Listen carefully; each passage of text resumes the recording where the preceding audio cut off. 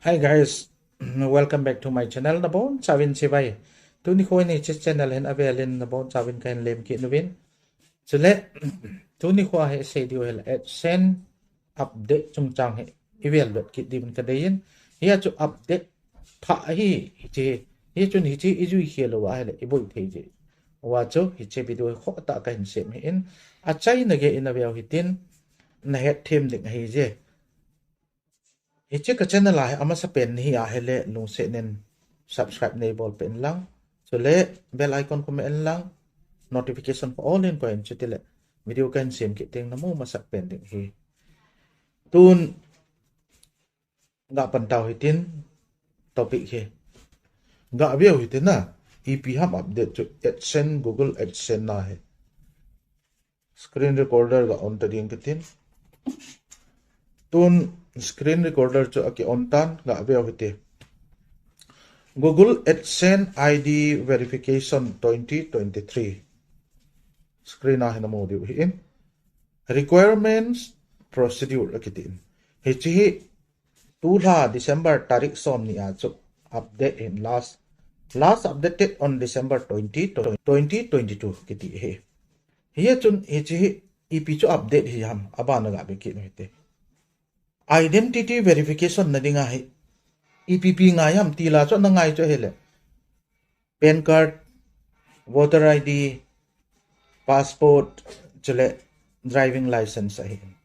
tu ai EP ngai ham ti cho het ngai hem ai lo le identity verification ki bol kil the hen he chun tu a ngai chu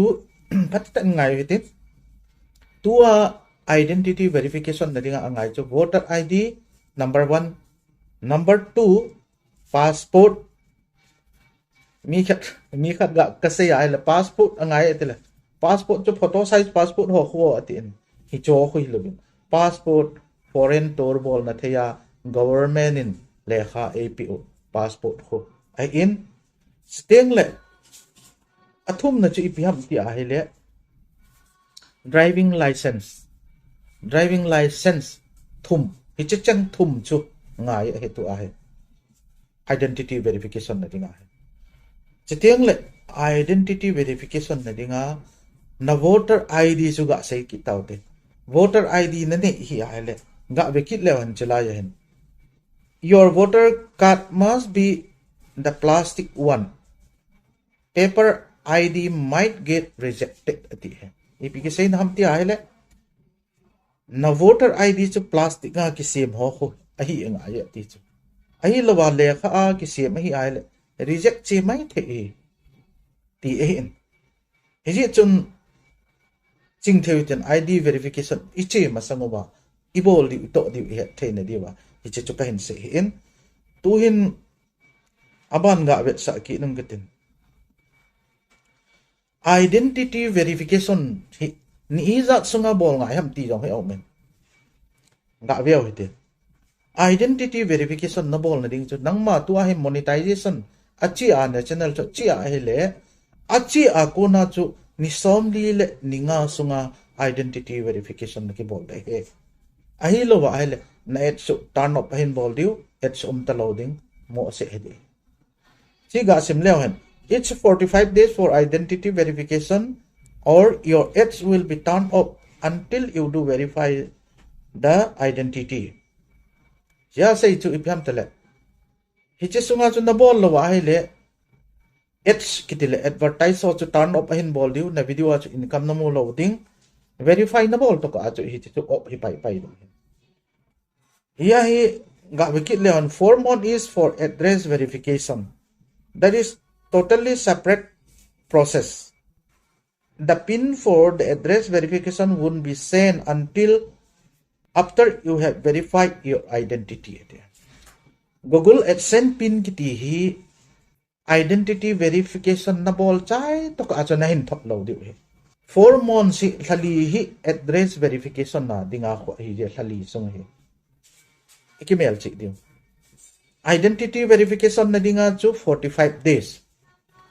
address verification na dinga chu 4 months address verification ti tengle Google AdSense pin ko ai te hi chi a ko Google AdSense pin ko na hin thop te ngole hi chi pin number ko na me lu na nang man address to verify na ki bol de na address to di nam ti avet go no ya address verification ahe 4 months thali ahe last in khat ga sei ki ning gatin address verification na bol teng le if your identity verification was not successfully completed, we recommend you to look into the following at the end. Chahin ga beleo hen. Isem tia identity verification to success ahilawa. Ahila. EPP chu ki check ngai ham ti chu ihet the na di ga beo to. Was the photograph clear and legible? Na photo chu ai ka na photo lim chu thinga hinam na check din chiteng le is the ID valid na ID chu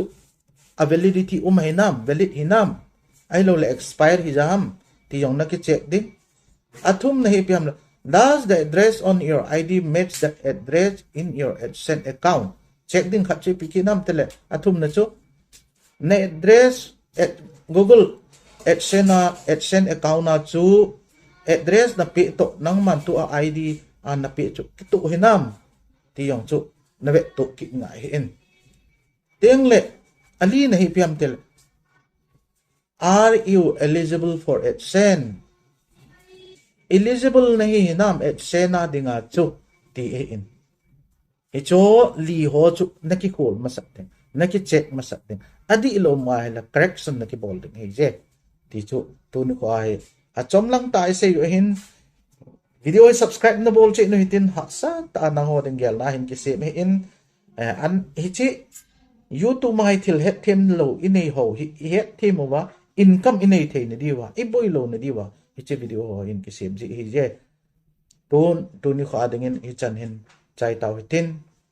tata bye bye advance and happy new years to everyone of you kum tha che bai na bonun